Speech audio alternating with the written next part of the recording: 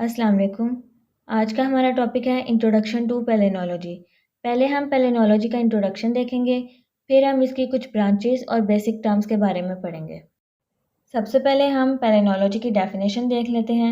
Micro organic material की study को हम पेलेनोलॉजी कहते हैं। माइक्रो ऑर्गेनिक मटेरियल में हमारे पास स्पोर्स, पोलन, डायनोफ्लैजिलेट्स और माइक्रोफॉसिल्स आ जाते हैं। अब जितने भी मटेरियल पेलेनोलॉजी में यूज़ होते हैं उन्हें हम पेलिनोमॉर्फ कहते हैं। पेलिनोमॉर्फ ऑर्गेनिक मटेरियल होते हैं और इनका साइज़ इतना स्मॉल होता है कि हम इसे नेकेड आई से नहीं देख सकते। नेक्स्ट हमारे पास पेलेनोलॉजी की ब्रांचेस है। ब्रांचेस में हमारे पास पैलियोपेलेनोलॉजी, नियोपेलेनोलॉजी, मेलिसोपेलेनोलॉजी, फोरेंसिक पेलेनोलॉजी, कोप्रोपेलेनोलॉजी, एंटोमोपेलेनोलॉजी और लेट्रोपेलेनोलॉजी आ जाते हैं। सबसे पहले हम मेलिसोपेलेनोलॉजी देख लेते हैं। मेलिसोपेलेनोलॉजी उन पोलन ग्रेन्स की स्टडी को कहते हैं जो कि हनी में प्रेजेंट है। अब हनी में स्पोर्स और पोलन किस तरह प्रेजेंट होते हैं? जब हनी बीज फ्लावर से अट्रैक्ट होते हैं उनके कलर और उनके ओडोर से, तो वो फ्लावर के पास जाते हैं जूस एक्सट्रैक्ट करने के लिए। अब फ्लावर का जो एंथर है उसमें स्पोर्स और पोलन प्रेजेंट होते हैं। तो जब हनी बीज फ्लावर से जूस एक्सट्रैक्ट कर रहे होते हैं तो उनके विंग्स और उनके फुट से स्पोर्स और पोलन अटैच हो जाते हैं। इस तरह फिर जब हनी बीज वापस जाते हैं हनी की प्रोडक्शन के लिए, तो वो स्पोर्स और पोलन हनी में एंटर हो जाते हैं। इस तरह हम हनी से पोलन ग्रेन एक्सट्रैक्ट करते हैं, ये देखने के लिए कि किस प्लांट से हनी की प्रोडक्शन की गई है। नेक्स्ट हमारे पास है फोरेंसिक पेलेनोलॉजी।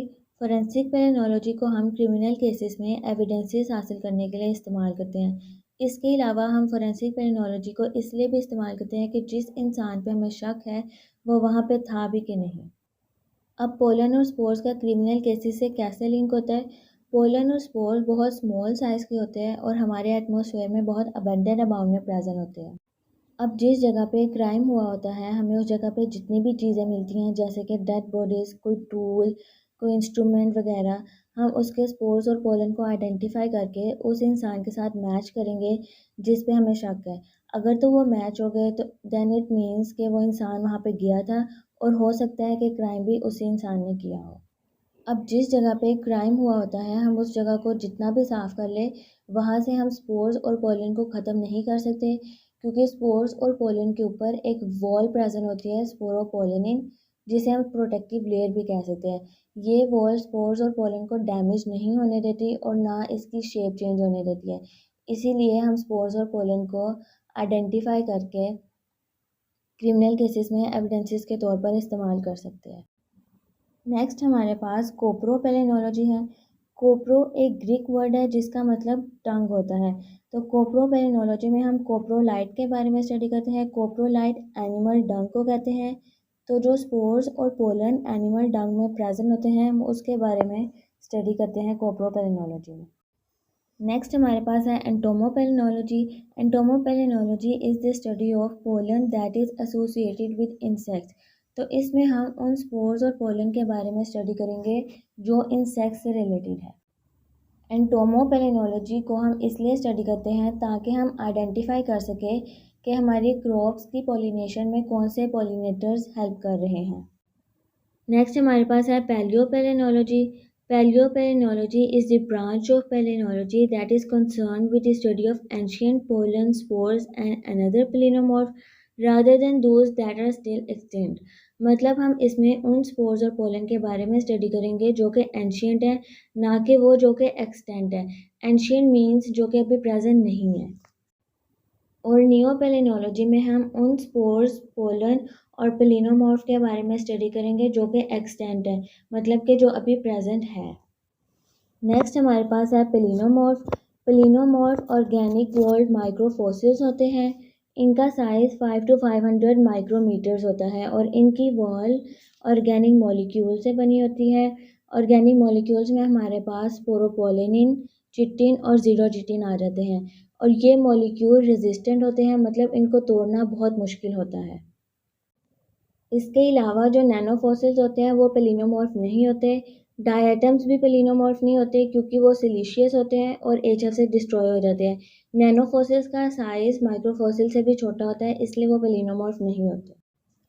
नेक्स्ट हम पेलिनोमॉर्फ की कैटेगरीज देख लेते हैं। इनकी कैटेगरीज में सबसे पहले हमारे पास है एक्रिटार्च। एक्रिटार्च का मतलब है अनडिसाइडेड डाउटफुल ओरिजिन, मतलब ये एक डाउटफुल ओरिजिन है, लेकिन अब इसमें बहुत ज़्यादा एल्गल बॉडीज़ आ जाती हैं जो कि मोस्टली मेरीन होती हैं।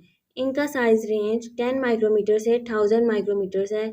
मोस्टली पेलिनोमॉर्फ में इनकी साइज़ रेंज 15 टू 80 माइक्रोमीटर देखी जाती है।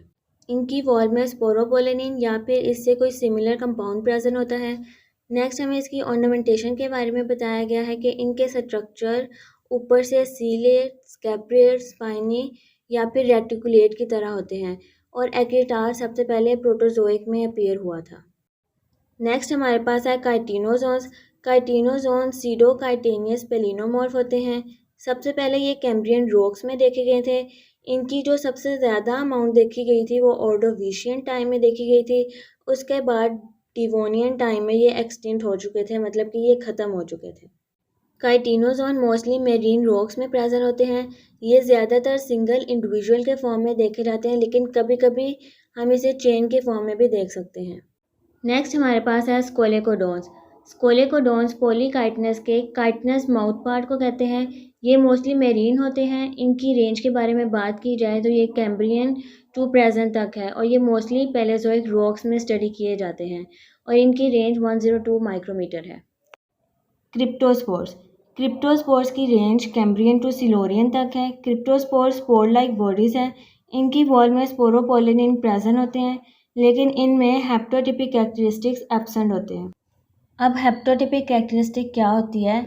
जब दो या दो से ज़्यादा स्पोर्स और पोलन ओवरलैप कर जाए और टेट्राड बना ले तो उनके मिडल में एक लेजरा बनते हैं जिसे हम शेप कहते हैं। तो जिसमें हेप्टोटिपिक कैरेक्टरिस्टिक्स एब्सेंट होती हैं उनमें ये लेजरा प्रेजेंट नहीं होती और क्रिप्टोस्पोर्स में हेप्टोटिपिक कैरेक्टरिस्टिक एब्सेंट है, इसलिए इनके सेंटर में लेजरा हमें नज़र नहीं आएगी।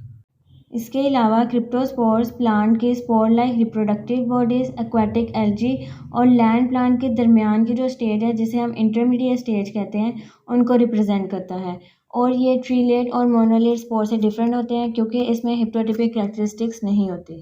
एम्ब्रायोस्पोर्स। एम्ब्रायोस्पोर्स की रेंज अपर ऑर्डोविशियन से प्रेजेंट तक है और ये वेस्कुलर प्लांट की माइक्रोस्कोपिक यूनिसेलुलर रिप्रोडक्टिव सेल्स है। एम्ब्रायोस्पोर्स एक्सट्रीमली रेजिस्टेंट होते हैं और ये ईजिली विंड के थ्रू डिस्पर्स हो जाते हैं। अभी हमने एम्ब्रायोस्पोर्स की बात की थी, अब हम देखते हैं एम्ब्रायोफाइट्स क्या होते हैं। एम्ब्रायोफाइट्स वो प्लांट्स होते हैं जो अपनी लाइफ साइकिल्स में ट्रू एम्ब्रॉयड्स बनाते हैं। इसमें हमारे पास ब्रायोफाइट्स, ट्रीरोफाइट्स और सीड प्लांट्स आ जाते हैं। इसमें भी हमारे पास वेरिएबल सरफेस स्कल्पचर्स होते हैं जैसे कि हमने क्रिप्टोस्पोर्स में देखे और एम्ब्रायोफोर्स में ट्रीलेट और मोनोलेट स्पोर्स भी होते हैं।